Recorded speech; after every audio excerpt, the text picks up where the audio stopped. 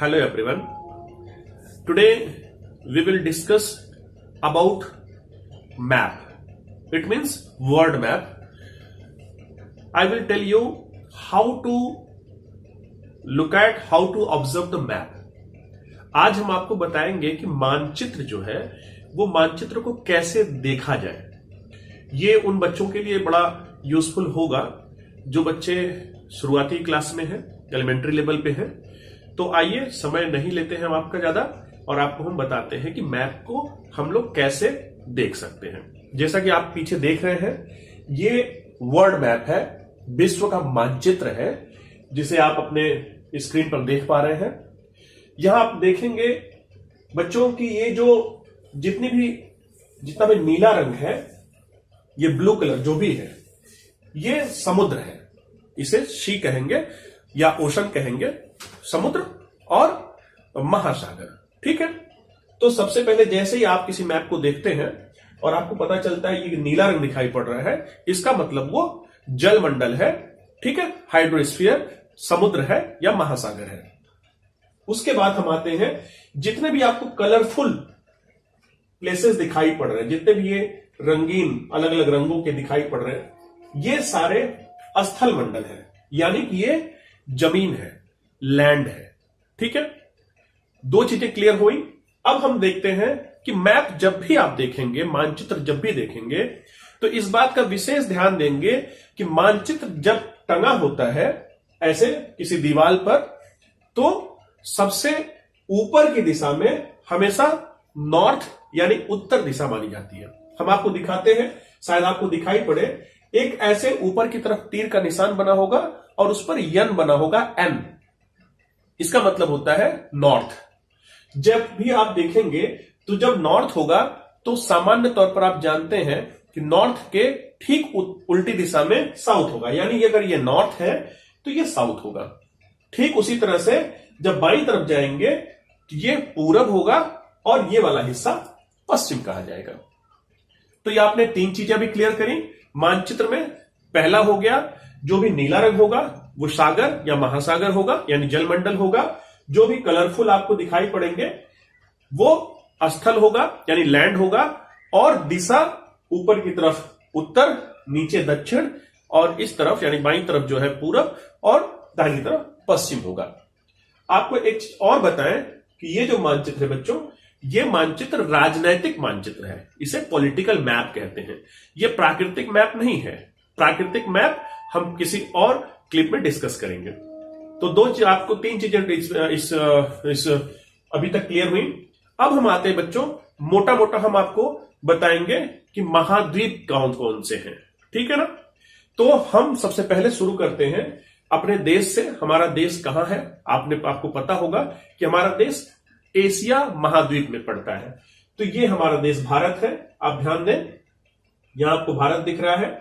तो ये वाला जो हिस्सा यहां से यहां पे ये येलो कलर में जो भी ये पोर्शन दिख रहा है, ये रूस है।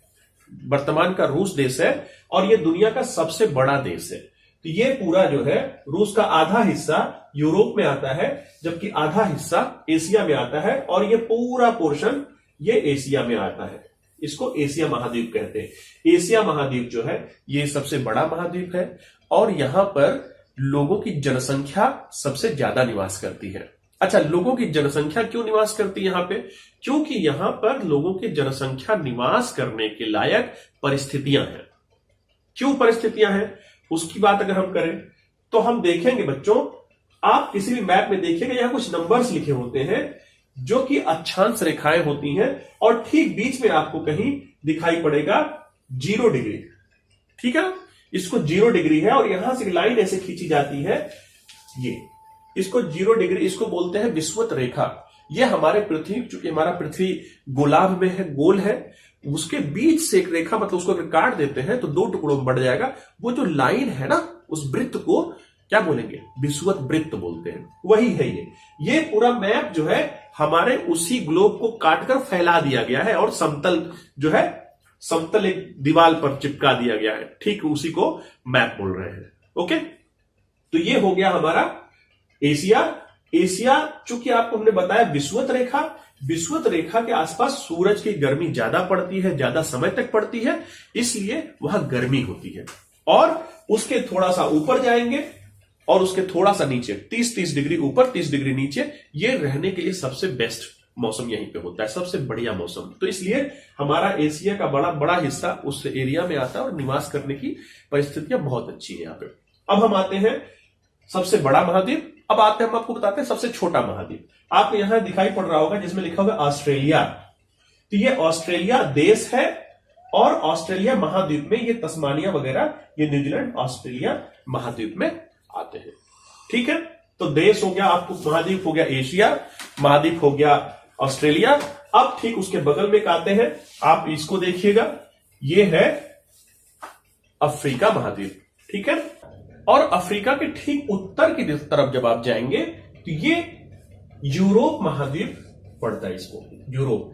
और यूरोप में आपको पता है, आपने नाम सुना होगा इंग्लैंड का, जिन्होंने हमारे देश पर बहुत सालों तक राज किया, फ्रांस है, इटली है, जर्मनी है, ये सारे विकसित देश यूरोप में ही पड़ते हैं, यूरोप महाद्वीप। इसके ठीक पश्चिम की तरफ जब हम जाएंगे तो ये है America, United state of America का नाम सुना है, जहां भी आज कुछ दिन पहले अभी चुनाव हुए हैं।